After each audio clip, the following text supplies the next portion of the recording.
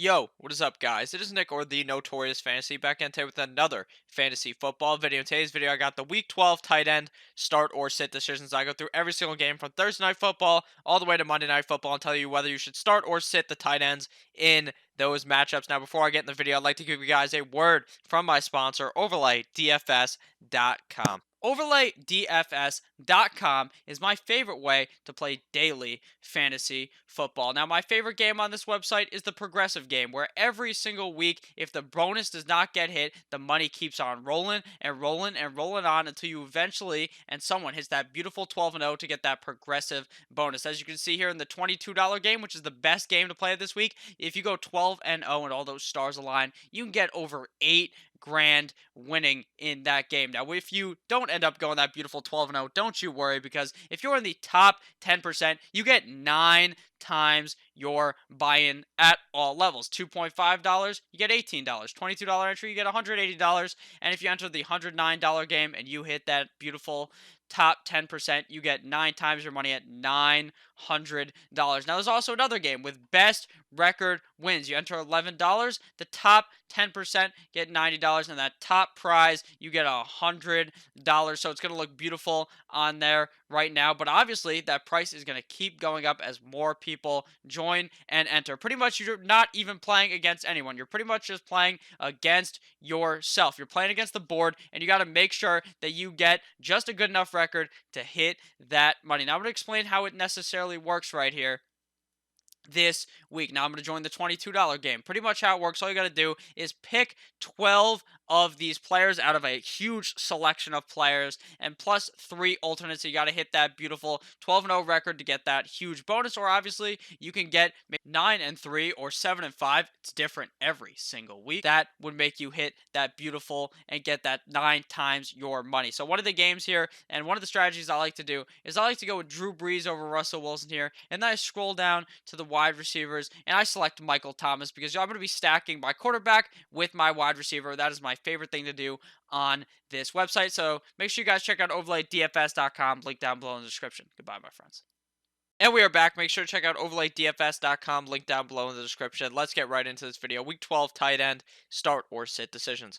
First game here, we got the Colts at the Houston Texans, the Thursday Night Football matchup. But I'm going to be starting up 3 tight ends in this game. But I'm a bit not too confident in any of these guys. Eric Ebron really has not been balling out of control. He's just been scoring like 7 points a game. And in reality, that's honestly pretty good for the tight end position. But he has not been as consistent as he was earlier in the season and looking quite good. Jack Doyle last week put up that goose egg. Obviously, took a shit in your lineup this week. If you want to start him, go ahead and do it. I would start him. But obviously, you got to worry about the fact that the Colts offense just was not looking that good in that last game. And Jacoby Brissett was not looking all that good in that game. The team tended to just run the ball a lot. Now, Darren Fells, on the other hand, has really had a downturn after those 2 or 3 phenomenal games a few weeks back. Obviously, he's still a start for me, because I believe that this could be a game where it is kind of high scoring, and that the Texans find the end zone multiple times in that game. And obviously, Darren Fells is one of those big targets in the end zone. A lot of the Texans players played like shit last game, so you can't really blame just Darren Fells. But this game against the Colts, I would start him, but obviously temper your expectations, because he has not played well the last couple of games. Next game here, we got the Dolphins at the Browns, the first game of the Sunday slate. Now, I am going to be starting up Mike Gesicki in this game. Ryan Fitzpatrick is playing. He clearly loves to target Mike Gesicki and Devontae Parker. Obviously, Mike Gesicki has not been putting in all that many fantasy points, but still scoring about like 8 points a game and playing pretty well. So, at a tight end position that is very shallow this year, I would start Mike Gesicki against the Cleveland Browns. Now, I'm going to be sitting down David Njoku if he gets to play. If he does not get to play, then you're going to be sitting down all the other Cleveland tight ends. I personally really don't believe David Njoku will get the start in this game, especially against a Dolphins team that they should easily be able to win with or without David Njoku. Next game here, we got the Lions at the Washington Redskins. I'm going to be sitting down T.J. Hawkinson. T.J. Hawkinson really has not been performing that well with or without Matt Stafford this season. He had a few good games thus far this season. I'm not really willing to roll the dice with Jeff Driscoll against the Washington Redskins, even though this is an ideal matchup for the tight end position, an ideal matchup for any position going up against the terrible Washington Redskins. I still don't have any confidence in starting T.J. Hawkinson. Now, I'm also going to be sitting down all the other Washington tight ends. Vernon Davis may or may not play in this game, returning after getting hurt earlier in the season. Vernon Davis is nowhere to be found. So there's just a bunch of other scrubs on the Washington tight ends, or the Washington team that are tight ends, so you don't want to be starting any of those guys. Next game here, we got the Oakland Raiders at the New York Football Jets. Knock one time if you're with me. I'm going to be starting up Darren Waller in this game. Darren Waller has honestly had a downturn the last couple of games, not playing all that well, but at the end of the day, he's still a great tight end who gets a lot of usage on the Oakland Raiders, and in a game that I could see being decently high scoring and being a back and forth type of affair in the Meadowlands this week, I like Darren Waller in this game. Obviously, I also like Ryan Griffin. 3 points for Gryffindor because Ryan Griffin has been scoring all types of touchdowns the last couple of weeks. He did have one game where he really didn't perform out of the last four. But the last 3 out of the last 4 games, he's been playing well over 10 points each game. And this week, against the Oakland Raiders, I see no reason why he does not, or he could not be a top 5 guy this week in fantasy football. Obviously, top 5 is very optimistic. More likely top 8, but it's still great outing for him against the Oakland Raiders. Knock one time if you're with me. Next game here is the Giants at the Chicago Bears, a game that may be quite the doozy. I'm going to be starting up Evan Ingram if he plays. To me, it seems like he's going to be out in this game. It seems like all week they're going to be telling you, oh, maybe Evan Ingram plays, maybe he doesn't, and then on Sunday he's going to get his ass shut down. But if he plays, I would obviously start him. I think that this game could be a decent game for the tight end position, and Evan Ingram could perform, but I don't think that he's even going to be able to get that start. I'm going to be sitting down Rhett Ellison, the backup for Evan Ingram. Obviously, he does have some good games. He's very inconsistent, so I would just sit him against the Chicago Bears. That is a tougher type of defense. I'm going to be sitting all the Chicago tight ends. Obviously, Trey Burton likely not going to play after getting hurt. They have a bunch of other tight ends. You certainly are not going to be starting them because whether it's Mitch Trubisky or Chase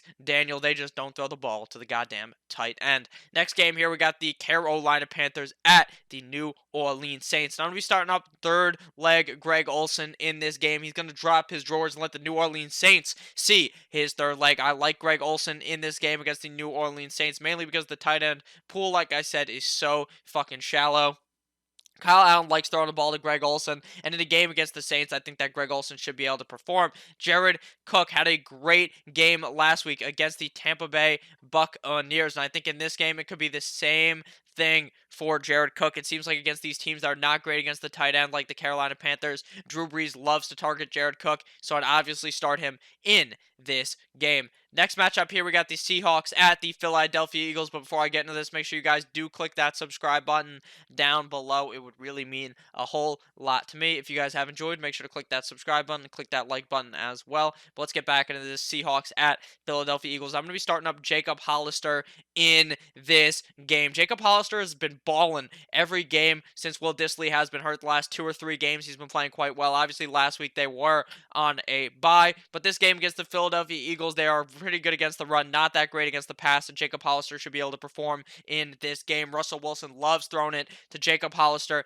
in the red zone, and if they are without Tyler Lockett, like I predict, I think that bodes even better for Jacob Hollister in this game against the Philadelphia Eagles. Now, I'm going to be starting both Dallas Goedert and Zach Ertz in this game. The Seahawks defense just lets every tight end walk straight into the end zone. They just part the Red Sea and will let Zach Ertz and Dallas Goedert walk straight into that end zone. I know Zach Ertz has not been consistent all season, but if there is one matchup to be very, very confident in him, it would be against the Seattle Seahawks, who just allow all types of points to the tight end position. Dallas Goedert also gets a lot of snaps on that team, so he's also worthy of a start this week. Obviously not a top 5 guy, but much more of a top 12 type of option. Next game here, we got the Buccaneers at the Atlanta Falcons. I'm going to be starting up Cameron Brate in this game. It seems like the Buccaneers are really out on O.J. Howard. O.J. Howard last week caused an interception. It wasn't even Jameis Winston's fault. He threw the ball at O.J. Howard. O.J. Howard puts it on his back, and he fucking tips it, and the fucking